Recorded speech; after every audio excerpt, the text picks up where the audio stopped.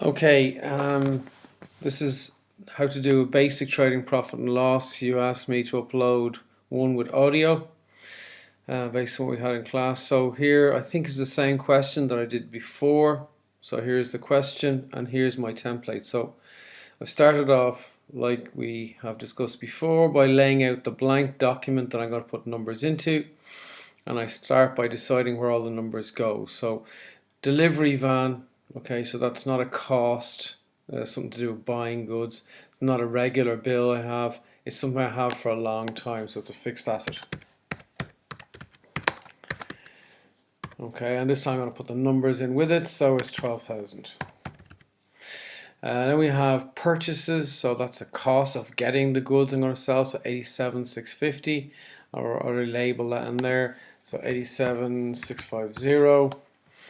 Then we have electricity, 1980. So well, that's not something I have, or a bill that I owe, or a way I paid for my business. Oh, electricity is an expense. It's like a regular bill. Okay, so 1980. Ordinary share capital. Where does that go? So that's not something I have that lasts a long time or a short time. Oh, it's a way I paid for setting up my business. 180. So that means I originally put 180,000 into my business when I set it up. So advertising is an expense. It's a regular bill I have. And it's 5,000. Sales, so that's listed at the top, 226,390. If you're not sure where these numbers go, which column it goes in, have a look at previous questions or previous solutions. That should give you a hint. So carriage in is a cost. So I'd left a blank line there in case it was carriage in or customs duty. They're the two different ones that we would have. And then we've got buildings is 480.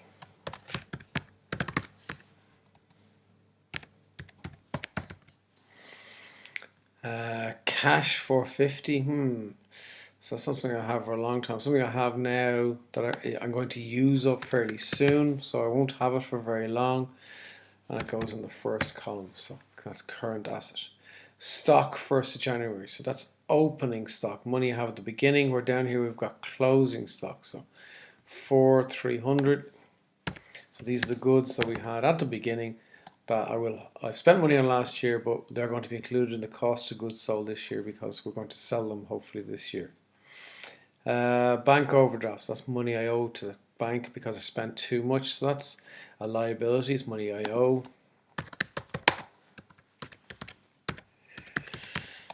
And that is 1250. Then we have insurance. So insurance is not a cost of getting goods. It's a bill. It's a regular bill I have. So I spend money on insurance all the time. 4,390. And then we've got mortgage, which is the way I finance my business, the way I paid for my buildings. And mortgage is 190. Okay. And then the last we have down the bottom is closing stock 2760, and that's also going to be a current asset. You could almost put closing stock in here as a current asset the same way as we had this at the beginning when we set up the question, because it's going to happen in every single question that you have. Okay, so let's do our maths now. So I'm going to add up my goods available. I'll take away from my goods available, I'll take away my closing stock.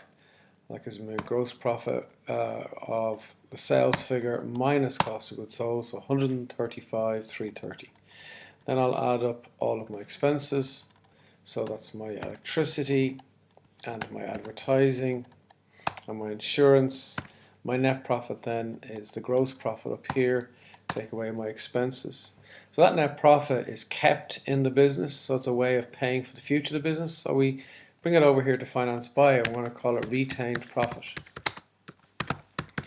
So it's all the money that's been saved in the business, and that number is the 123,960 there. So under fixed assets then, we're going to add our delivery van and our buildings. Just move this over so we can see it a bit easier. And we have our cash, so adding up our current assets. So we put our current assets in this left column, and we add them up and put the answer in the middle column. Current liabilities we do the same. In this case, we've only got one current liability, but if we had maybe creditors, which could be another current liability, that will be put in here. So now we're going to work out working capital. So working capital is when I take my current assets and current liabilities away. So current assets, take away current liabilities, that gives me working capital.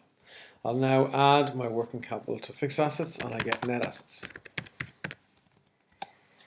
So 492, so fixed assets plus my working capital, and there's my net assets. So now I add my finance by, oh, I forgot another number, so it's 180 fixed ordinary share capital plus our mortgage and plus our retained profit. And if I've done it right, these two numbers should be the same, and in this question it looks like it is. I hope that makes sense.